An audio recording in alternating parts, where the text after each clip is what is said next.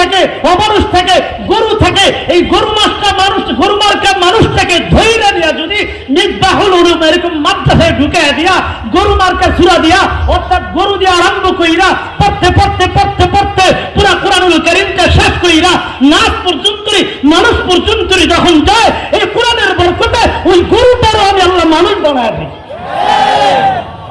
ঠিক নেবে তার মানে আল্লাহ গরু দিয়ে কেন কোরআন শুরু করলেন, মানুষ দিয়ে কেন শেষ করলেন? এর রহস্য হলো গরু মার্কা মানুষটাও যদি কোরআন পড়ে কোরআনের বরকতে আল্লাহ কি বানায় দেয়?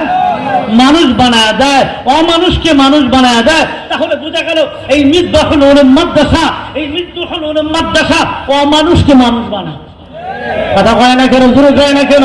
এই জন্য এই মিসবাহুল উলুম মাদ্রাসায় যেহেতু মানুষকে মানুষ বানায়, এই জন্য দেখবেন মাঝে মাঝে কিছু নাস্তিকের বাচ্চারা মাদ্রাসার বিরুদ্ধে স্লোগান দেয়, কারণ মাদ্রাসায় গেলেই তো মানুষ হয়ে যায়। কথা কয় না কেন, জোরে কন ঠিক না ঠিক? এই জন্য নাস্তিক বেঈমানরা মাদ্রাসার বিরুদ্ধে কথা বলে, কোরআনের বিরুদ্ধে স্লোগান দেয়, কোরআনের বিরুদ্ধে কথা বলতে চায়।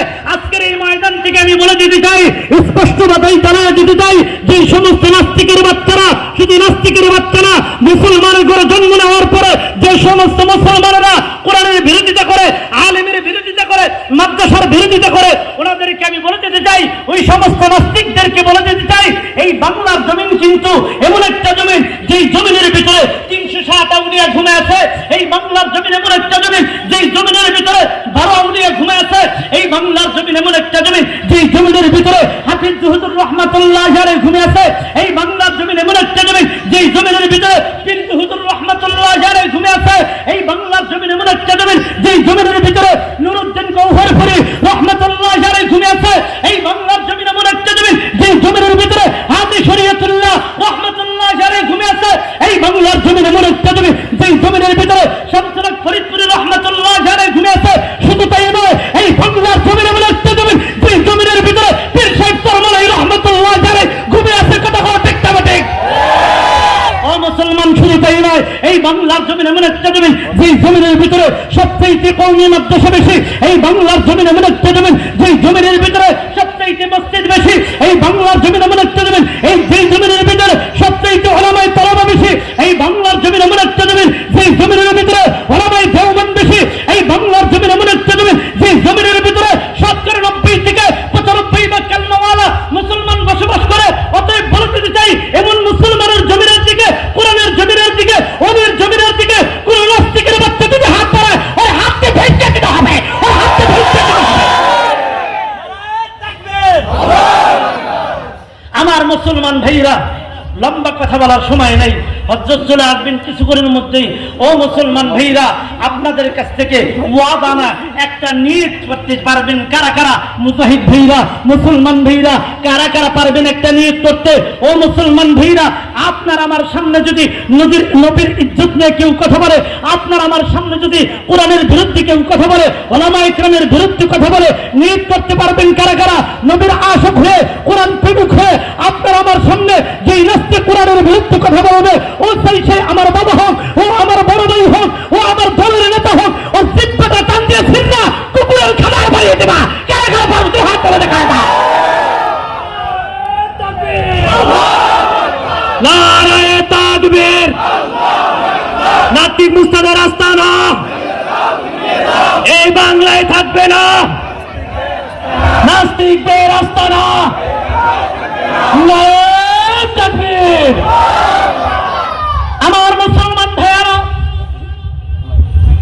লম্বা কথা বলার সময় নাই, যে জিনিসটা আপনাদেরকে আমি বুঝাইতে চাইলাম, কোরআনের দ্বারা একটা মানুষের জীবন পরিবর্তন হয়ে যায়। ঠিক না ঠিক? আরো যেরকম ঠিক না ঠিক? আমার মুসলমান ভাইরা রে, কেউ যদি কোরআনের কাছে যায়, কোরআনের কাছে আত্মসমর্পণ করে, কোরআনের যেমন সম্মান তেমন সম্মান বাড়ায় দিবেন কে? আরো জোরে বলতে হবে কে?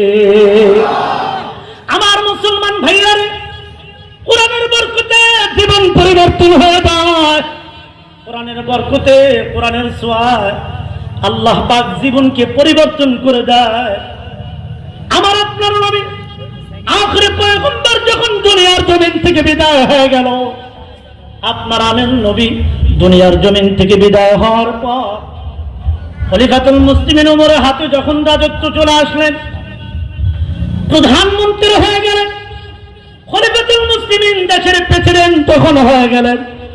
দেশের প্রেসিডেন্ট হওয়ার পরে খলিফাতুল মুসলিমিন ওমরের একটা অভ্যাস ছিল, রাত্রি দিনে ঘুরে ঘুরে মানুষের অবস্থা পরিদর্শন করতেন। ঠিক না ঠিক? আমার দেশের জনগণ কোন অবস্থা, রাত্রি দিনে 24 ঘন্টার ভিতরে পেরেশানি থাকতো। ওমর মনে করতো আমার দেশের জনগণ শুধু তাই নয়, আমার রাজত্ব চলাকালীন যদি একটা কুকুরও না খেয়ে মেরে যায়, ওমর চিন্তা করতেন হাসর ময়দানে আল্লাহর কাঠ গড়ায় দাঁড়ায় আমি ওমরের জবাব দিতে হবে। ঠিক না বেঠি?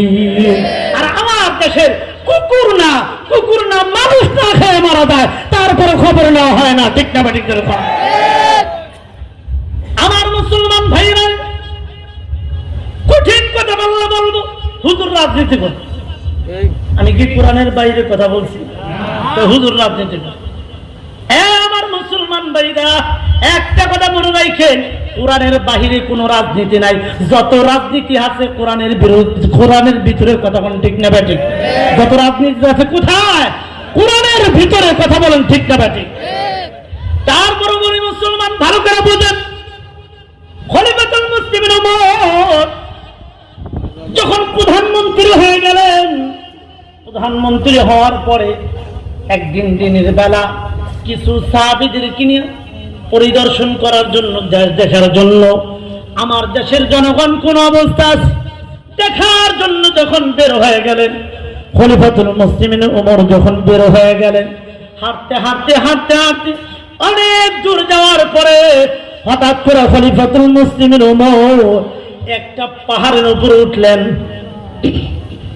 দেশের প্রধানমন্ত্রী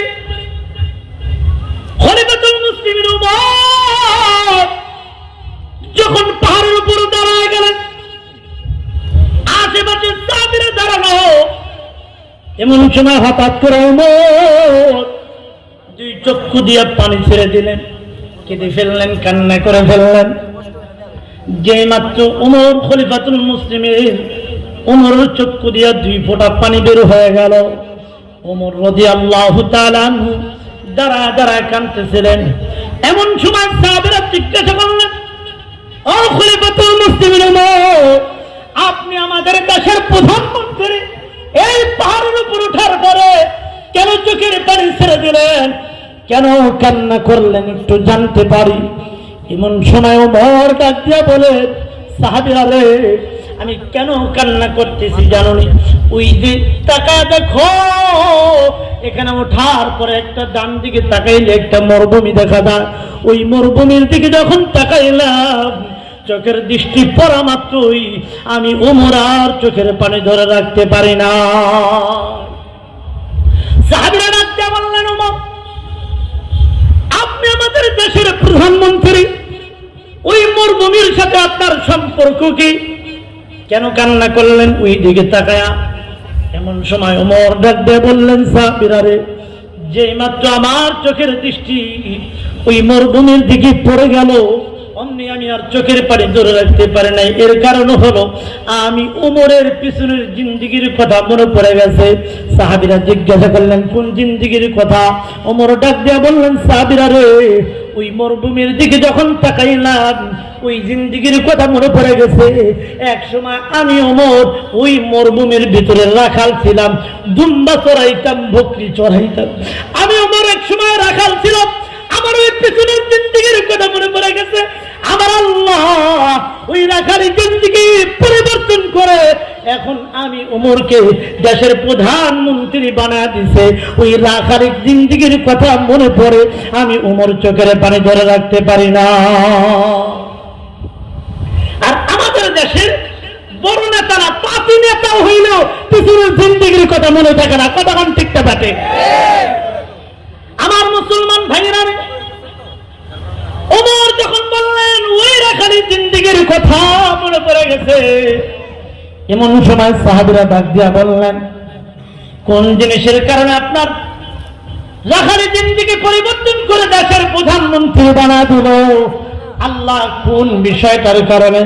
এমন সময় ওমর ডাক দিয়ে বললেন, সাহাবীরা, ওই যে একটা বিষয়, যেদিন আমি নবীদের কল্যাণ আনতে যাইয়া কল্যাণ আনার পরিবর্তে আমি ওমর নবীদের হাতে হাত দিয়া কালেমা পড়া যখন কোরআনটাকে বুকে জড়ায় দিছি, এই কোরআনের বরকতে যেই দিন থেকে আমি ওমর কোরআন বুকে ধারণ করেছি, কোরআনের বরকতে আল্লাহ আমার রাখালি জিন্দেগি পরিবর্তন করে দেশের প্রধানমন্ত্রী বানায় দিছে।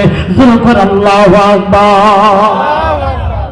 তাহলে বোঝা যায় কোরআনের কারণে আমার আল্লাহ জিন্দেগি পরিবর্তন করতে পারে কি পারে না। জোর আপনার আমার সম্পর্ক যদি কোরআনের সাথে সম্পর্ক থাকে, জীবন পরিবর্তন করে দিবেন কে? জোরে বলেন। আরো জোরে বলতে হবে, কে পাল্টায় দিতে পারেন? জোরে বলেন, কে? আমার আল্লাহ কোরআনের সাথে সম্পর্ক রাখার কারণে জিন্দেগি পরিবর্তন করে দিতে পারে। ও মুসলমান ভাইরা, সাধারণ একটা কাঠ, যেই কাঠের কোনো মূল্য নাই, দাম নাই,